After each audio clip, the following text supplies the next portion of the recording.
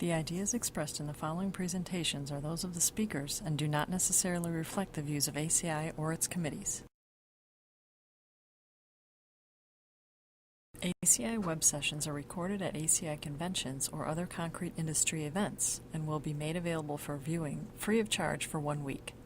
Thereafter, they will be archived on the ACI website or added to ACI's online CEU program, depending on their content.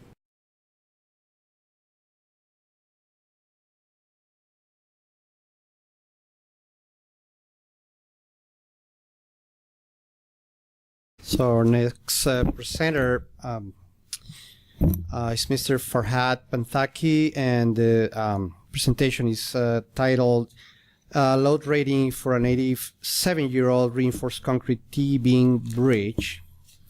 And Mr. Panthaki is an Assistant Vice President, Senior Project Manager, and Bridge Load Rating Lead at TranSystems Corporation in Boston, Massachusetts.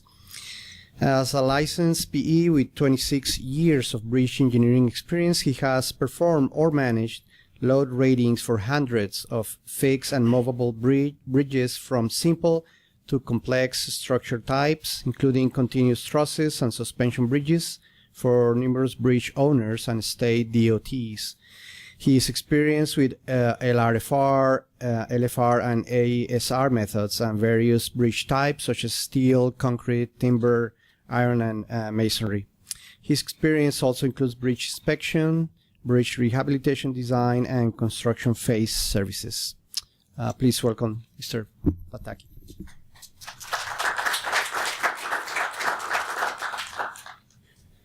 Thank you. Good afternoon. All right. Let me make sure I can work this right.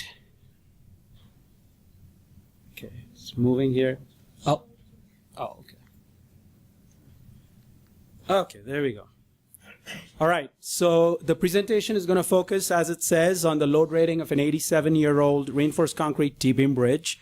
What it doesn't say in the title is that there were no plans, which you'll find out soon. So the outline of the presentation is going to start with a bridge description, followed by general condition, bridge configuration inspection, some non-destructive testing using GPR, and followed by a load rating. Some items on the bridge description. The bridge is located about 30 miles north of Boston in the town of Topsfield. It's a relatively small bridge owned by the town of Topsfield. And as I mentioned before, there are no plans available for the bridge.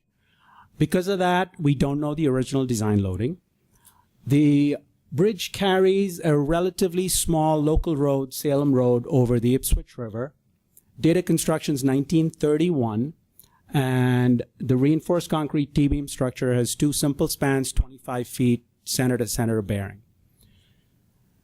The roadway width accommodates 2 lanes, a little over 24 feet, and the entire width of the bridge deck is a little over 28 feet. Here's a picture of the east elevation of this north-south roadway. As you can see, fairly straightforward structure, reinforced concrete railings, and from the reflection of the bridge in the water, you can tell that it's fairly still water. It's very low velocity. The depth also was fairly shallow. It was about 3 to 4 feet near the pier and a little bit less near the abutments. Here's a picture of the bridge roadway. 2 lanes, not striped, but effectively 2 lanes were being carried on the structure. The railing end post shows the construction date of 1931. And one more thing I'd like to point out, since the spans are relatively short, you'll notice that if you look a little closer, that there are no deck joints, and the bituminous concrete pavement is continuous across the bridge. Some more items in the bridge description. The roadway surface was found to be about 7.5-inch thick bituminous concrete pavement, which presumably happened with numerous paving projects on that roadway. The original curbs were 10.5 inches high, reinforced concrete curbs, and the current curb reveals the exposed height of the curb was about 3 inches. No sidewalks or walkways or medians. Bridge railings, reinforced concrete bridge railing. There are 6 beams, 12 inches wide, by about 32 inches deep. That includes the entire depth of the T-beam, including the 8-inch slab, which acts as the flange for the T-beam. The substructures, reinforced concrete abutments, and the pier, as you saw in the picture. Here's a representative picture of both spans. Both spans are very similar looking, and you can see, relatively straightforward T-beam structure and the pier. One thing that I'd like to point out that although it's, a significantly old structure, 80-something years old, 87 years old, the beams are in relatively decent shape. You can see the concrete has minimal deterioration. You see some white efflorescent staining on some of the beam stems, and there's some minor spalling here and there. There was also some spalling with exposed rebar. But in general, in pretty good shape. And our feeling is that that's primarily because there were no deck joints. Some information about the general condition of the structure from the 2014 routine inspection report. All three overall conditions were rated at a condition rating of 5, which is fair, which is defined as the primary structural elements are sound, but could have minor section loss, cracking, spalling, etc. Here's the top half of the inspection report that shows the overall condition ratings of 5 and the individual condition ratings of the subcomponents. Also, generally, either 5 or 6 is just a minor one sub-element curb, which was 4 because of some excessive spalling. Although this is a town-owned bridge, the Massachusetts Department of Transportation assists smaller town owners with their complying with federal guidelines. So this was through the Mass DOT bridge inspection program. So as far as our evaluation of the structure goes, that was primarily for the purpose of obtaining information on the structure, since there are no plans. The field evaluation was not intended to be an inspection for conditions, since that was already done as part of the Mass DOT bridge inspection. The evaluation was performed in 2 stages. The first stage was bridge configuration inspection. That was essentially go out and measure anything that you can see and measure visually. And the purpose of that was to generate the best information possible of the bridge cross-section, elevation, and framing plan, etc. Although the structure was fairly uniform, there were numerous measurements made of the same component, like say the stem width in numerous locations to ensure there was a good accuracy and consistency and level of confidence in the dimensions measured. As I mentioned before, there were some isolated areas that were spalled, which, as it turns out, is a good thing because that gives you some key information about the rebar. Here's a picture of a beam stem that has some exposed rebar, and that gives us not only the shape and size of the rebar, but also the spacing in this particular localized location. The spalling appears to be primarily due to relatively shallow cover. The bars are square bars, which may not be visually obvious in this particular picture, but that was an important element of finding the details of the rebar. Here's an underside of beam spall that's right near the pier. You could see the pier cap, or it might actually be an abutment cap. I'm not sure exactly what location. That also serves to verify the size and shape of the stirrups as well as the longitudinal steel. As you can see, there are 3 bars visible of the longitudinal steel at this particular location. And from the location of this bar, it appears that there may be another bar over here, but as it turns out, our GPR testing showed that there were only 3 bars. And the way this looks here as being a little bit skewed compared to this bar is probably because it was fairly common for bars to move around in the formwork if they were not tied down properly. So this type of an observation is not uncommon for older structures. The second phase was performed after all the original information was brought into the office and all the information was compiled, and the key elements of things that were missing were then prepared. The list of that was prepared as a checklist for when the non-destructive testing was performed using the GPR method. It was performed by a local firm out in Sterling, Mass. The access that was used was boat and waders. The access that was used during our inspection was also waders. As I had mentioned, the water is fairly still and not that deep. NDT used the GPR method, ground penetrating radar method, and the objective was to determine all the details of things that you can't see. Rebar pattern, layout, stirrups, spacing, etc. Also, that served to compare that same information between the interior and exterior beams to confirm whether they were the same or different.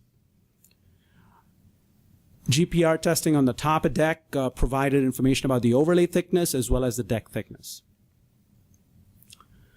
As most of you probably know, GPR testing is essentially the transmission of electromagnetic signals through the surface of concrete or pavement, and the reflection from a target, like a metallic target, provides you information on the location and approximate depth of the rebar.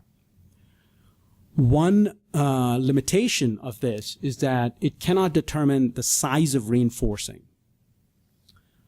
Also wanted to emphasize that this non-destructive testing is only for purpose of identification of configuration, and there was no load testing performed or material testing performed. This is a representative picture of what the equipment looks like.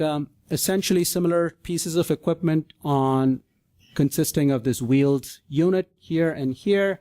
The only difference is that there's a wand on the deck unit just for convenience of use. Also, this blue unit in the other hand of the operator is the data collection unit, which is not visible on the underside because it's at the other end of this cable. So it's a fairly portable method that's fairly quick to use. Here's the resulting cross-section, fairly straightforward, as you can see, relatively regular, and the 7.5-inch bituminous overlay is represented here as a uniform depth, but there was some cross slope to it and some variation across the structure. So this is just intended to represent the total load. There's also some extra load from a thickened deck thickness on the outside overhangs on the exterior of the outside two beams. Here's a schematic longitudinal section of the beam showing the rebar details. The longitudinal rebar, the lower layer consisted of 3 1-inch square straight bars, and the second layer up consisted of 2 1-inch square bent up bars. As you can see, the bars bent up about 5 feet from the center line of support, which represents about 20% of this 25-foot span length. Also, the 4 bars out of the 2 bars out of the 5 bars represent about 40% of the rebar. The reason I'm mentioning that is it's at 20% from the support, 40% of the steel is bent up. And you'll see the relevance of that when we see the results of the testing, results of the load rating. The stirrups, 5/8-inch square stirrups, varying spacing, starting with 6 inches, moving on to 8, 10, and then the typical 12-inch spacing. Here's a cross-section, the same information we looked at in the elevation. 3 square bars, the red bars are straight, and the yellow bars are intended to indicate the bent-up bars. Also, the interior and exterior beams had identical reinforcement. So now we move on to the bridge load rating. It was done in accordance with the MBE as well as Mass DOT load rating guidelines. Mass DOT load rating guidelines require rating with these 4 loads, the H20 Type 3, Type 3S2, and HS20, which are standard AASHTO loads. Also, the allowable stress method for these 4 loads. That's in accordance with Mass DOT requirements, since that was the design method in use during the era of original design. I believe Massachusetts is one of the very few states that still uses allowable stress rating method, but that's considered reasonable because that was the method that was in use at that time. Oh, load factor method is also used for HS20 loading only, but that's for comparison and reporting purposes. The AASHTO Bridge Rating Program, previously known as Vertus, was used since it's a fairly straightforward structure. Material strengths, standard information from the MBE and MassDOT for unknown information. So for unknown rebar, we have 33 KSI and 3 KSI for unknown concrete, 1931 to 84. This is based on a MassDOT requirement, and since that provides a higher strength than the MBE requirement of 2.5, which is for that particular date range, we were using what MassDOT provided for guidance. The longitudinal rebar and the shear rebar were square bars, as we talked about before, and the area of a 1-inch square bars of 1 square inch happens to be exactly the same as a number 9 round bar. So that worked out well. We just used the number 9 bar with the same number of bars that were there in the particular layers. For the shear steel, the 5/8 inch square bars do not have any round bar that has the same area. So all we did for simplification was just use number 5 round bars. They have a smaller area per bar, but we just adjusted the number of legs in the beam to obtain the same total area of the 2 legs of 5/8 inch square bars. It ended up being about 2.5 or thereabouts. Here's a summary sheet of the information that was used in the program. Fairly straightforward bridge. The only difference between the exterior and interior beams from a load standpoint were the additional self-weight due to that extra load on the underside of the deck of the chamfer, and also the way the superimposed dead loads are distributed for interior beams and exterior beams based on MassDOT requirements. Interior beams is distributed as even distribution, and exterior beam is distributed similar to pile cap analogy. That essentially is the philosophy that the entire superstructure acts as a rigid cross-section, and based on that, the effect of the load on the exterior beam is what's used for the exterior beam here.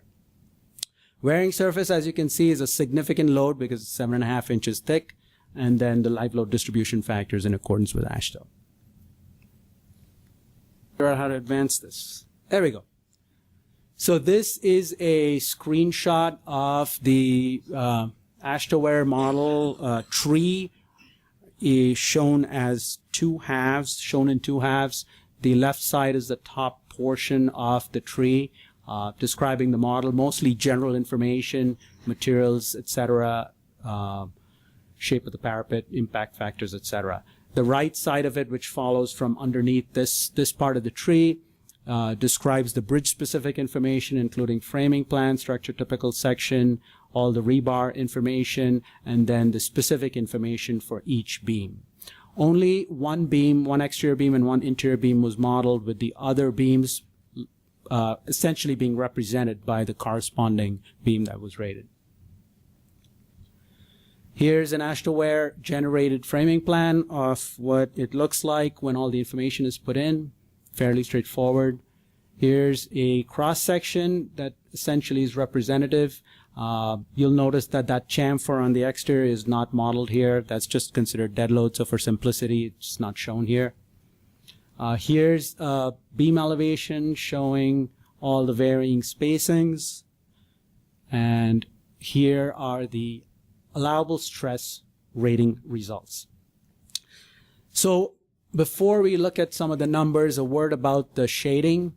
The MassDOT standard requirements essentially indicate that the governing rating on the entire structure, if that value is, the entire cell is shaded. If the values are above statutory or above the vehicle load, then they're green. If they're below, then they're yellow. There's also a red, which is if it's below 6 tons, but that's not applicable for this structure. So that's what the cells with the full shading indicate. So these are the governing ratings for H20 inventory for the entire structure and so on, and these are for operating. So these are all above. So this is a 20-ton vehicle, 25, 36, and 36. So that means that all of these values in the inventory range are below, except for this one, which is right at the allowable, and all of these are above. Another thing I want to point out is that these values are not all governing values at midspan. Some of the values in here are governing values at either 0.2L or 0.8L, which is that 5-foot spot, which is where the rebar starts to reduce to about 40%. So Mass DOT's typical load rating, load posting policies start with posting at inventory level, unless there is a significant amount of capacity at the operating level, which was the case in this particular rating. So the load posting was waived. So even though it was, it's a fairly straightforward process of what we did, I think with minimal effort, the client was able to get a good quantitative evaluation of their structure, and it also didn't affect their operations. Although this was a fairly local road, they don't like to post anything like many other clients. So the load factor rating values for HS20, right around, very similar, 26, 27. I'll go back to the previous screen so you can see they're like within about a ton of the allowable stress. So it really didn't, in this particular case, didn't make much of a difference. That concludes my presentation, and happy to take any questions. One quick question. So Sure. if I'm looking at the last slide, if you can go back. Oh, sure. This one? With the colors on it, the yellow. Oh, yeah. Here. So here, if I'm reading it right, the exterior beam controlled at inventory level, but the interior beam controlled at the operating level. That's absolutely correct. Any explanation why that might be? It all depends on the proportion of dead load to live load, and the exterior beam had a little extra dead load and a little less live load. There's no that's where the numbers work out, just because they're not all uniform. Oh, that makes perfect sense. So, yeah. Thanks. Welcome. So on your process to get to the And because, as I said, it was very lucky that there were a few spalls, and they were in spall areas that didn't affect the capacity, so that worked out really well. But if you have a structure that does not have any spalls, that you can't get any information, I think the only thing you can do is have exploratory, I won't say cores, because you don't want to core through the steel, but you have to get to the rebar and then get the information and fill and patch that. Of course, the locations where you do that have to be areas of low stress, etc. I'm not sure that actually, I should rephrase. I'm sure that there's probably some other non-destructive testing technology that can see inside the beam. I'm not aware of it. If anyone is, then they can enlighten us, and maybe we can improve our process. Yes. Can I? Sure. Go ahead. Again, same as I asked from the first speaker. You took the area of steel bar as 1 inch square, because it's a square bar, right? Correct. But I saw clearly there is a lot of corrosion. You're absolutely right. So you must take into consideration for precise load rating. You're absolutely right. However, as you may have noticed, the rebar loss on the bottom bars was right at the pier. That's an inconsequential location for moment, because it's got next to no moment at that spot. However, if that particular spall was at midspan, we would do exactly what you said. We would use the actual measurement of what was measured for the reduced loss. I'm sorry. Are you sure that it is not there at the crucial point, the corrosion? Yes, we're absolutely sure that it's not there at midspan. So we inspected it, and there are no the condition. If it exists there, suppose in case, then how it will be taken care? You measure the deterioration on the rebar. If there is, typically what we found is that when there's rebar deterioration, the steel expands, and therefore there's spalling, and therefore it becomes visible. So what you do is clean the rebar, measure it, and use whatever you measured. If there's no external indication of any issues with the concrete, I would find it extremely unlikely that there's corrosion in the rebar. There are cases of pitting corrosion, which doesn't indicate any sign of delamination, any sign of cracking in concrete, still bar is getting corroded inside. Fitting corrosion, localized corrosion. That may be the case, but I find that in our experience, at least in our, I'll say, limited experience, we find that even with delaminated and spalled areas of concrete which indicate potential corrosion, once you take off the cover and you clean and measure it, the loss on the rebar is minimal, because what typically happens is once it starts corroding, the steel expands significantly more than the actual loss in the measured bar. So based on that, if in our experience, if there's no indication externally, we take that as no loss.